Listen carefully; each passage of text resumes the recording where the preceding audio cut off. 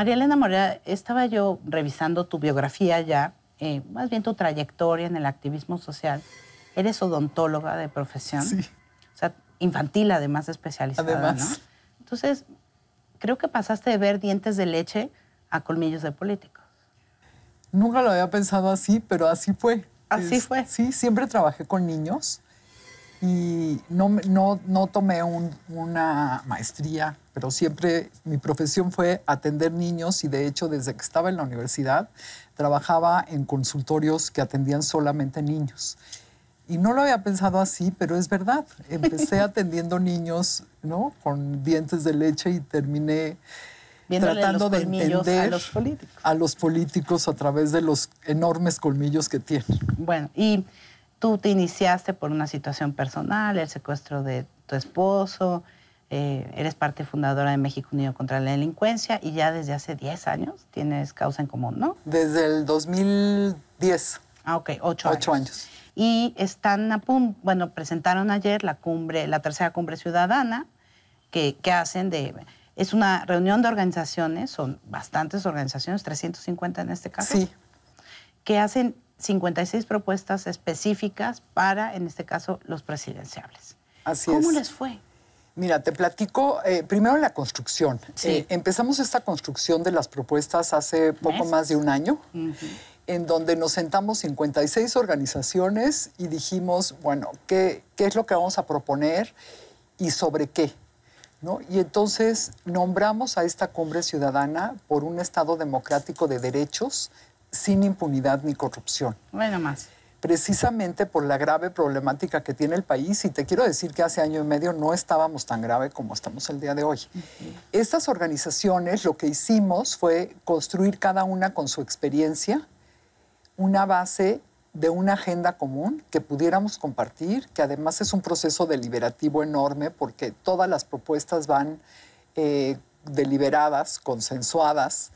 Entonces es un gran esfuerzo de parte de la sociedad civil. Y con un análisis presupuestal, o sea, no es una cosa volada, pues. Sí, o sea, si tú entras a la página de cumbreciudadana.org.mx, lo que ves son diagnósticos, si la propuesta es viable presupuestalmente, ves si necesitas hacer cambios legislativos, si solamente son cambios en política pública. O sea, son propuestas que están bien fundamentadas. Después, estas propuestas se abrieron a la sociedad civil, o sea, ya es un documento público, que es de todos, donde más de 350 organizaciones la han suscrito. Y ya el día de ayer, ya tuvimos la reunión con los candidatos a la presidencia, donde se platicó con ellos sobre estas propuestas que ya habían sido enviadas, ¿sí? O sea, ellos desde el lunes nos enviaron sus respuestas, o el fin de semana algunos, sobre qué pensaban sobre cada una de estas propuestas. Que están en 7 ejes diferenciados. Que están en 7 ejes diferenciados, que es medio ambiente, cohesión comunitaria, desarrollo de organizaciones civiles, educación, derechos humanos, seguridad y justicia. Muy bien. ¿Y cómo están los números en general? Pues mira, a mí me dio gusto ver que en general suscriben la gran mayoría de las propuestas y las suscriben tal cual están escritas. Luego hay otras... Porque tienes 3 opciones, ¿no? O sea, ellos pueden responder si suscriben, si tienen alguna... duda. O reserva. O reserva, y si de plano o si de plano no tenemos acercamiento en esa propuesta. Te puedo decir que la gran mayoría la suscriben. Me parece que esto es muy importante para iniciar el diálogo y para lo que va a suceder en periodo de transición y ya en gobierno, tanto con el legislativo como con el ejecutivo. Entonces yo creo que esa es una buena noticia. Después, de las que no están de acuerdo, mira, me llama la atención, por ejemplo, que no estuvieron de acuerdo en derogar la Ley de Seguridad Interior. ¿Ninguno? Ninguno de los 3. 2 lo hacen con reservas y 2 de plano ¿Quién lo hace con no. reserva y quién? Mira, lo hace con reserva Ricardo Anaya y lo hace con reservas Andrés Manuel López Obrador. Y de plano dicen que no José Antonio Meade y el Bronco. Esto sí llama la atención porque es una posición que la sociedad civil ha luchado muchísimo por derogar esta ley y que aquí sí necesitamos sentarnos a consensuar, bueno, primero a platicarnos por qué sí o por qué no, ¿no? O sea, yo no creo que desde la sociedad civil tengamos todas las respuestas, ni seamos dueños de la verdad, de ninguna manera, ¿no? Pero sí hay que sentarnos a ver cómo podemos acercar posiciones, porque yo sí creo que la situación de violencias que vive México sí amerita que nuestras Fuerzas Armadas tengan un marco jurídico, pero no este marco jurídico. No así. Nosotros creemos que este marco jurídico no favorece a las Fuerzas Armadas y pone en riesgo a la población. Entonces, aquí sí hay un punto donde tenemos que hablar con todas las fuerzas políticas y entender por qué es su posición así o que ellos también comprendan por qué es nuestra posición, ¿no? Y me parece que nos podemos acercar sin ningún problema. ¿En qué más tienen duda y qué te sorprende, por ejemplo, que apoyaran todos? Mira, me sorprendió que, por ejemplo, en fortalecimiento de las organizaciones de la sociedad civil, solamente Anaya suscribe todas las propuestas. Y ya si nos vamos con Meade, con Andrés Manuel o con Jaime Rodríguez, tienen muchas reservas. Yo creo que esto es porque en realidad no conocen las organizaciones de la sociedad civil en su totalidad.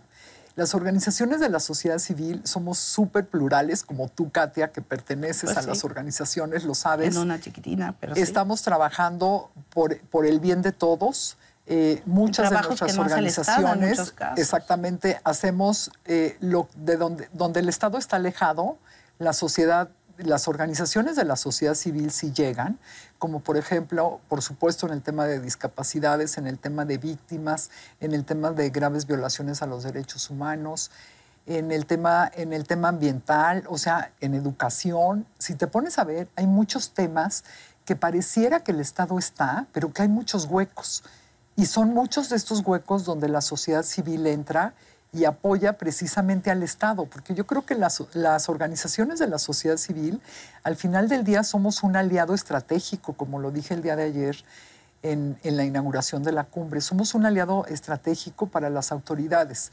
Un aliado estratégico, pero al mismo tiempo un tanto incómodo, ¿no? Digo, a ti te ha tocado lo mismo que Enrique Peña Nieto te diga que la sociedad civil hace bullying, ¿no? Así a es. que te llamen parte de la mafia del poder por firmar un desplegado. Así es. Vía López Obrador, pues. Así es. ¿no? Nos toca el enojo de quien está en el poder o de quien busca el poder. Y me parece que eso es natural. Nosotros estamos para hacer propuestas, pero también para criticar lo que se hace, porque al final del día somos parte de los contrapesos que toda sociedad democrática deben tener. Y creo que ya cuando te sientas con ellos a platicarlo, sí lo comprenden. Y mira, te cuento una anécdota de hace años con López Obrador. Cuando la Marcha Ciudadana del 2004, la Marcha de Blanco, Andrés Manuel dijo que, bueno, nos dijo pirurris y que nos mantenía, creo que Salinas de Gortari, al cual yo ni conocía. Sin embargo, él también dijo que él se reunía con María Elena Morera porque confiaba en ella. Y entonces nos reunimos. Una de las organizaciones. Y yo era una de las principales organizadoras de la marcha con México Unido contra la Delincuencia. Y nos sentamos y hablamos y pudimos tener diálogos constructivos y después pudimos construir con su equipo, ¿no? Entonces me parece que más que todo estas respuestas reflejan que no conocen la gran diversidad que hay en las organizaciones civiles y por tanto tampoco no conocen las necesidades que tienen las organizaciones civiles. Mira, por ejemplo, una que casi ninguno suscribió es permitir que las organizaciones que somos donataria autorizada, o sea, que pueden deducir que impuestos podemos de las deducir donaciones. impuestos de las donaciones, que estas organizaciones puedan donarle a organizaciones que no tienen la donataria. Por supuesto que esto va bajo un registro estricto y por supuesto que esto bajo un acompañamiento.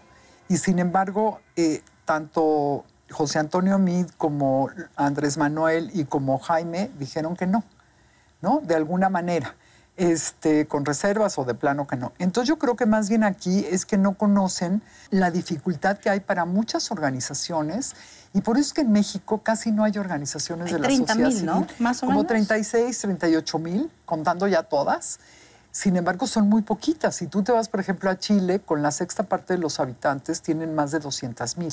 ¿No? Ya no digamos en Estados Unidos que hay más de 2 millones. ¿No? Entonces, Sí creo que tienen razón también quienes dicen que si lo usan para evadir impuestos, pues habrá algunas que lo hagan, pero yo te aseguro que casi las podrías contar con las manos, ¿no? La gran mayoría de las organizaciones de la sociedad civil trabajan por el bien del otro. ¿Y en educación qué tal? Digo, ha habido mucha controversia con respecto, por ejemplo, a López Obrador en el tema. Sí, ¿Cómo fíjate va que en ese suscribieron casi todas en positivo, a excepción de asegurar un gasto operativo fijo para las escuelas de educación básica, que lo pusieron con reservas. Entonces, en las de educación, en casi todas estuvieron de acuerdo. Andrés Manuel tiene algunas reservas en algunos de los puntos. Sin embargo, me parece que todas las posiciones se pueden acercar. María Elena, y una vez que ya tenemos este checklist que lo pueden checar en la página de Causa, que va a sí, estar en el de Cumbre Ciudadana, ahí va a estar, y por supuesto en Causa y en muchas otras organizaciones. Sí, yo lo tuiteo hoy todo el día.